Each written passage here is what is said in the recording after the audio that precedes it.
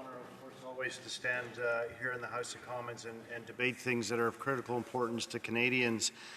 And certainly, having had the opportunity to serve on the Special Joint Committee on Medical Assistance in Dying, I think it's important to have that ability to stand here today and certainly allow Canadians to understand some of the difficulties that exist and of course, why Conservatives want to put forward a dissenting report, which of course is easy for Canadians to find.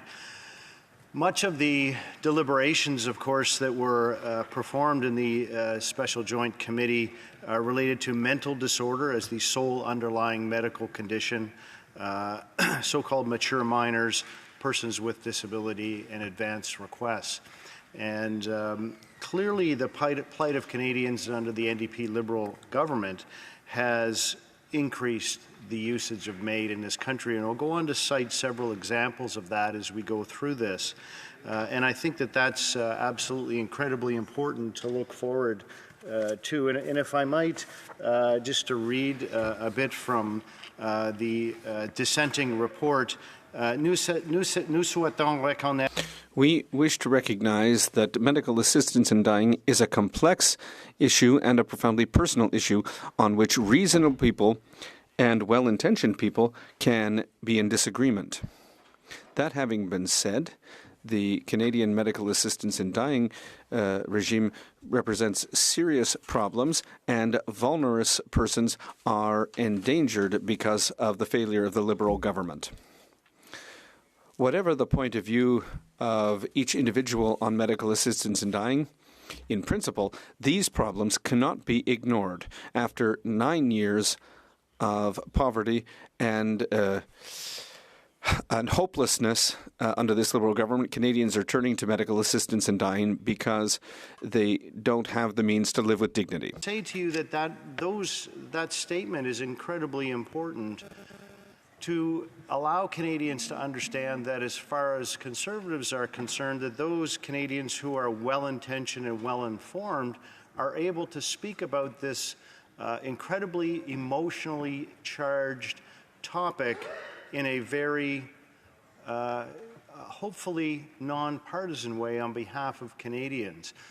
And certainly, as a former practicing physician, these are issues that came up multiple times, of course, when I was back practicing medicine, and medical assistance in dying is something that came about during my time in practice. When I first started practicing, of course, medical assistance in dying was not something that was out there to be considered. And that being said, I certainly feel it is something that that perhaps I can provide some insight with respect to that. And I think one of the other things that's really, really important for Canadians to understand is, and I know my colleague spoke a bit about this, Madam Speaker, about how Canada and the Canadian regulations around MAiD are perceived around the world. And just to quote the American Journal of Bioethics, the title of this particular article is "When Death Becomes Therapy: Canada's Troubling Normalization of Healthcare Provider Ending of Life." And certainly it is a telling commentary on how the regime here in Canada is perceived. And if I might just quote a bit from this report, undeniably a strikingly higher number of people die with direct healthcare provider involvement in Canada's euthanasia regime, euphemistically termed medical assistance in dying, MAiD, than under a California-style assisted suicide system. Daryl Pullman rightly identifies several key reasons. The fact that in about all cases it involves a lethal injection by healthcare providers rather than assisted suicide with a self-administration of medication. The law's vague and broadly interpreted access criteria, acquiescence and indifference of federal and provincial authorities, the courts and medical associations, and briefly mention the failure to treat ending of life as a last resort. So when we begin to think of those incredibly emotional words, because they are, and often I wonder, realistically, Madam Speaker, how did we get to a spot where really we are in a culture of death, and we believe that the ability for simply to hand over our essence of life to a healthcare practitioner, how did we get there? How have we failed as a society simply to say, life is no longer worth living, just go ahead and kill me? And I think I can remember when the debates on this first began, and everybody talked about the, of course, slippery slope argument that we will never go down these roads, that this will simply be for those with reasonably foreseeable natural death. And I think that Canadians, in their heart of hearts, because of who we are, really believe that the expansion of MAiD would never happen. And I know that I've heard my colleagues in this House today speak a lot about, well, it's their right to die. Well, what about their right to live, Madam Speaker? And I think that, once again, how did we ever get to the point of a country to say that part of the necessity of an incredible nation that's incredibly developed with great riches and wealth, the golden age of Canada, almost, if one would use that term, that how did we get to the point where it's not about caring about each other, but saying, yeah, I agree with you, just go ahead and end it. Your life is not worth living.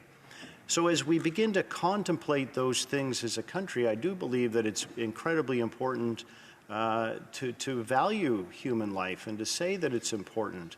Are there folks out there who are suffering? Absolutely are, and I certainly will come back to that. I think the other important thing, before we talk about some very, very sad examples, are really to talk about the state of palliative care in Canada. And once again, Madam Speaker, I had the opportunity as a physician to witness an incredible change in how palliative care is delivered where I live in Nova Scotia. And it was absolutely life-changing to have a driving force behind a palliative care program where I live that enabled care which historically had been delivered all by family physicians to a quality team of palliative care providers who are able to provide a much more nuanced way for people to continue to live a life even though it's difficult. And I might be so bold as to say my great friend Dr. David Henderson was the person leading that charge. Historically, where I had the opportunity to work in our hospital in Trudeau, Nova Scotia, again, that palliative care would be provided by family physicians. And realizing that many symptoms during the end of life and the dying process were very difficult to control, this great physician, Dr. Henderson, came along and was able to begin to educate all of us family physicians who delivered care, and not only to do that, but to make us better providers. As time went on, many folks began to realize that either they weren't very good at palliative care, which not everybody is good at it, if I can use that terminology, but they also began to realize that there were certain skills, not just in determining which medications to give at which time, but also to speak to patients to understand what their goals and desires were. Exactly, was it that they simply wanted their pain to be alleviated or their suffering to be alleviated at all costs, or did they want to be more functional in their abilities? So those are incredibly important conversations to have with patients.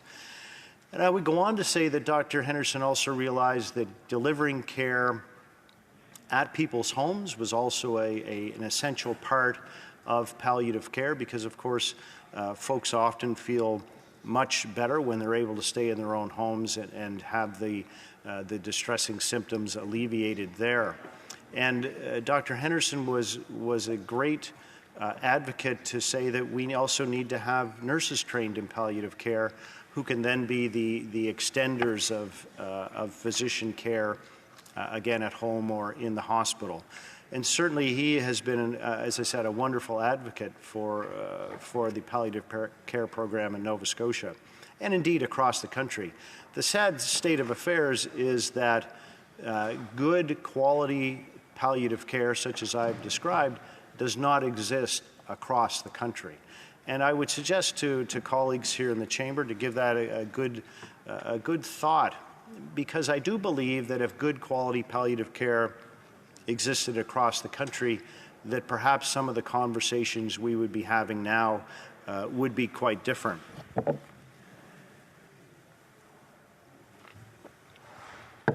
I also think it important that we do understand that 7 million Canadians do not have access to primary care. And of course, that does affect the quality of care overall in terms of how Canadians are able to manage symptoms of their illness and understand their illness. Because of course, in Canada, primary care is the way that we access the system.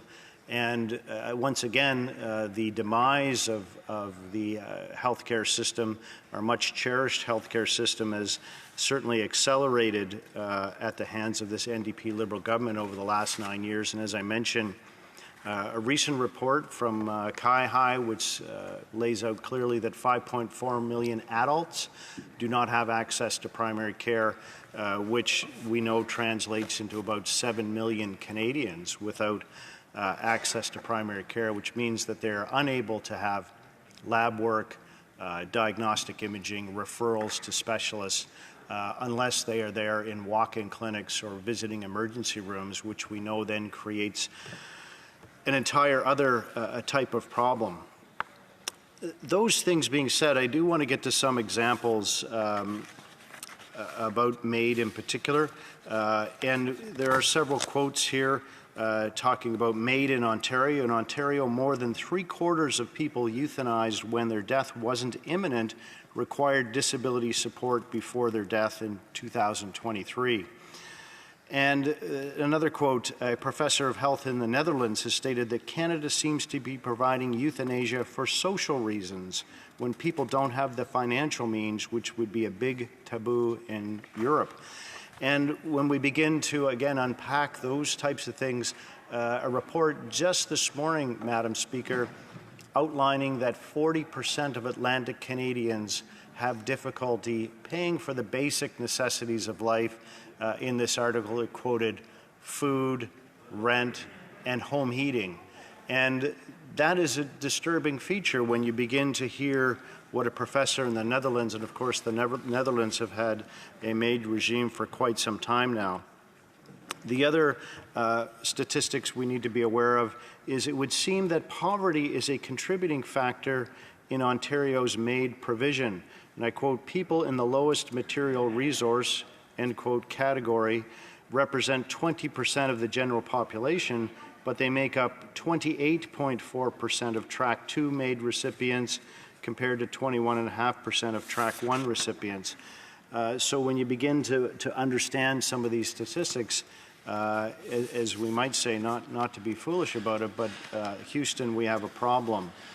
The impact of the housing crisis seems to be a factor. Persons identified as having housing instability made up 48.3% of Track 2 MAiD deaths in Ontario, an absolutely staggering figure.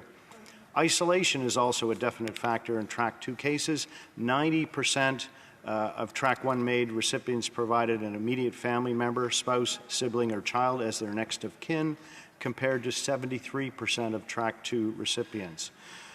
Those who accessed MAiD via Track 2 safeguards were more likely to have provided a friend, extended family member, or other person such as a caseworker, lawyer, or healthcare provider. And as I started off my remarks with, Madam Speaker, here we are in this incredible country in which we live, and people are socially isolated. They're unable to afford housing and access services. The other disturbing trend, of course, Madam Speaker, is the significant increase in MAiD in Canada. In 2019, there were 5,631 cases of MAiD reported in Canada, accounting for 2% of all deaths. The total number of deaths marked a 26% increase over the number of MAiD deaths in 2018. In 2020, there were 7,595 cases of MAiD reported in Canada, 2.5% of all deaths, and the toll represented an increase of 34.2% from the year prior. By 2022, and again, in 2019, we talked, I mentioned, I just have to say this one more time. 2019, 5,631 cases of MAiD reported.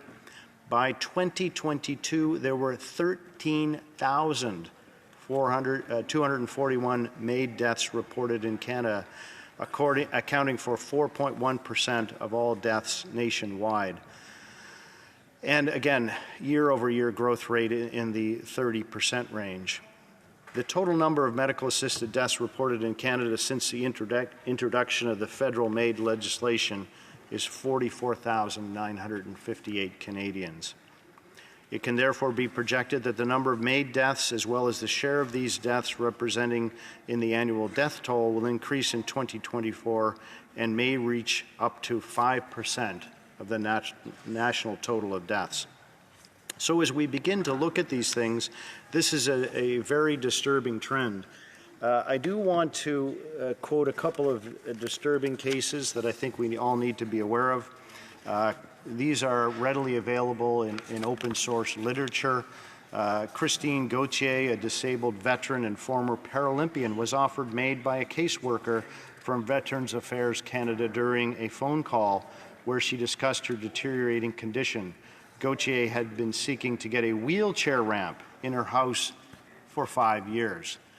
Madam Speaker, as a veteran myself, this is particularly disturbing, and we know that there are other cases of veterans who called for help by Veterans Affairs simply for their mental health, and of course were offered MAiD as part of what these individuals at Veterans Affairs thought was appropriate in terms of offering treatment to veterans.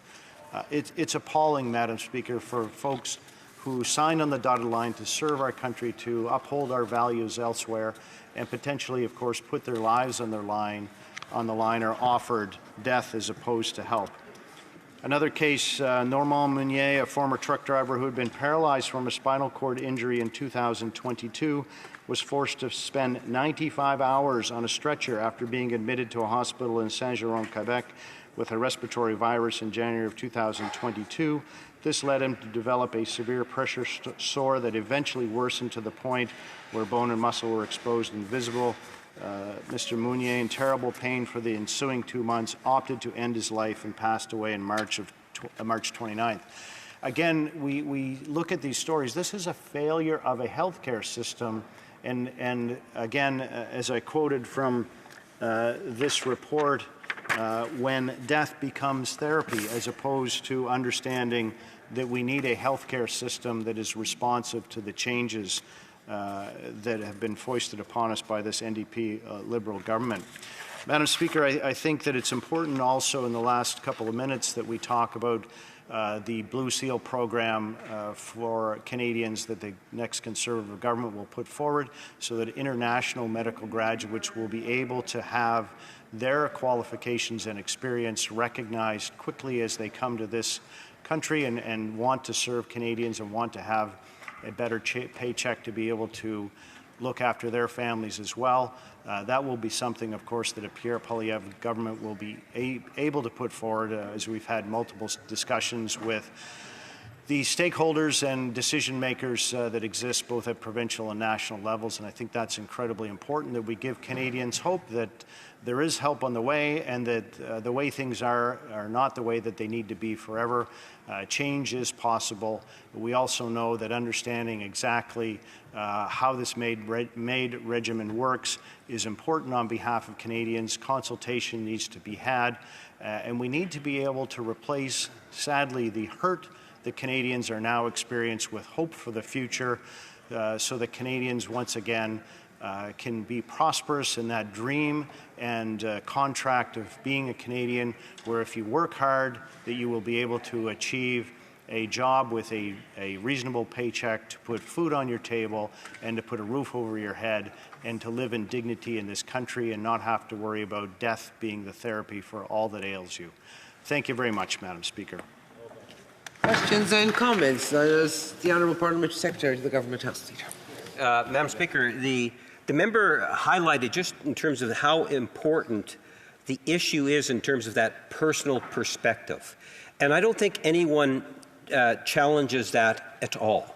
I think there's members on all sides of the House, and as we've seen this debate over the last number of years, Madam Speaker, we have seen all sorts of emotions on both sides of the issue, and I think that's healthy for the public debate because I think it's a reflection of what Canadians are feeling on the issue. The challenge that I have for the Conservative Party is that when the Supreme Court decision was actually made, it wasn't until the Liberals took government that we actually started to see tangible action.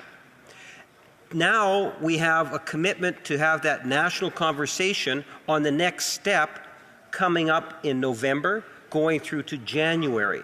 And I'm wondering if the member could provide his thoughts in regards to how important it is that we do have that national conversation because the legislation should reflect Canadian values. The Honourable Member for Cumberland Colchester. Well, thanks very much, Madam Speaker, and thanks to the Parliamentary Secretary for his question. Obviously, engaging Canadians in what they think our future should look like is incredibly important. That being said, what we also know, it's difficult to have an honest and open conversation when we know that the systems sadly, Madam Speaker, under the NDP Liberal government are failing Canadians. Mental health care, for instance, is not adequate in this country. I already talked at length about palliative care and the inadequate nature of it across this country.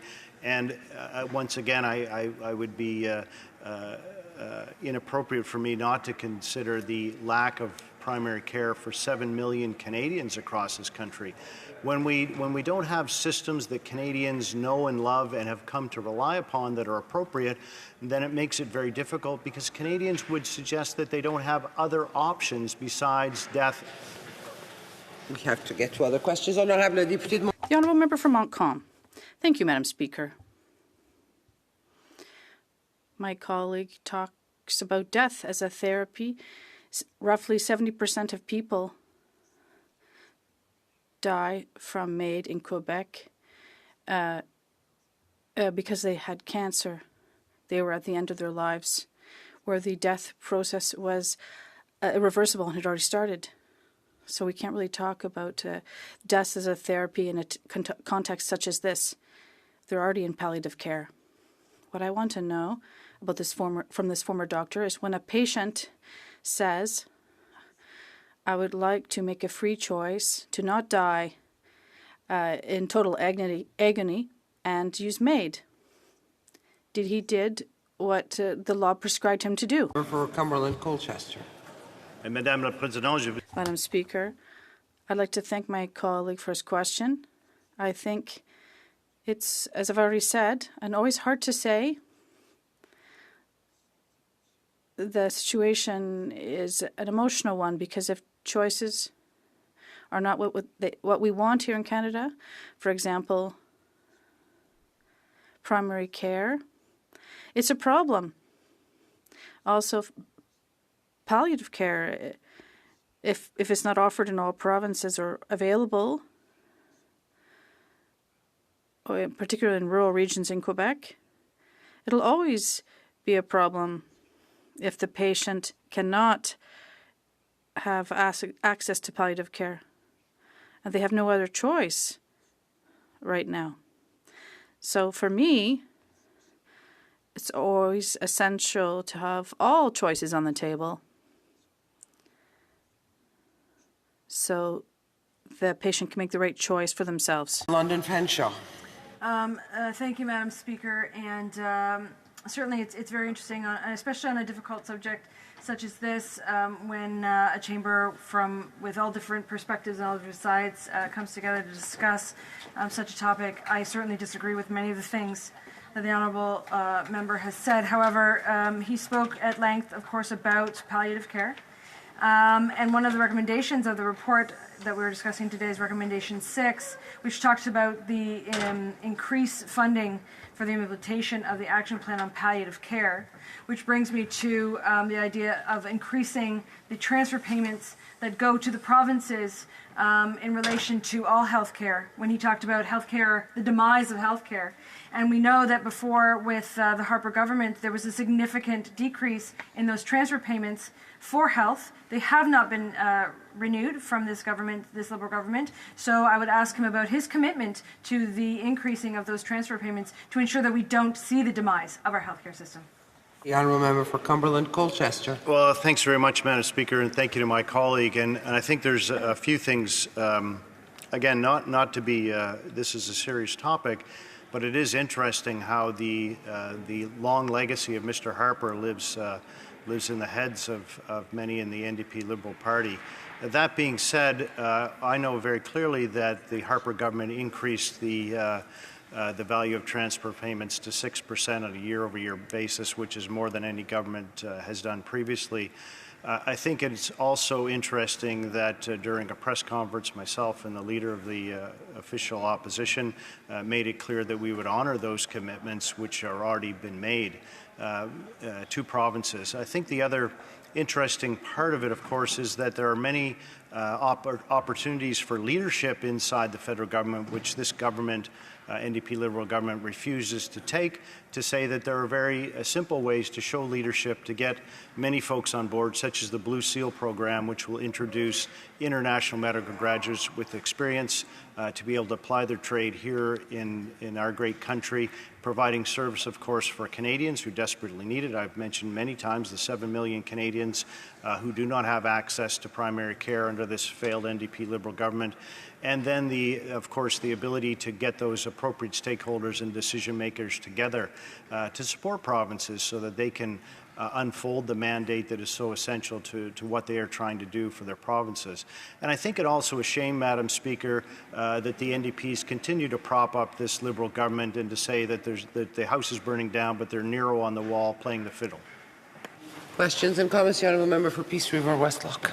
Thank you, Madam Chairman. I want to thank my honourable colleague for his great speech on this and the knowledge that he brings to this debate. I just wanted to ask him a little bit about the recruitment of doctors, the recruitment of healthcare professionals, and their participation in this MAiD regime. I know that in my own life I have had several people who used to work in the healthcare field and have now moved out of that field just because of their participation and their concerns around their conscience rights and things like that. And we also have seen entire hospices be kind of shut down across this country because they're unwilling to participate. I don't think this was the intended consequences of this bill, and I'm just wondering if the member has any comments about that. The honourable member for Cumberland Colchester. Well, I thank my colleague from Peace River Westlock for his comments.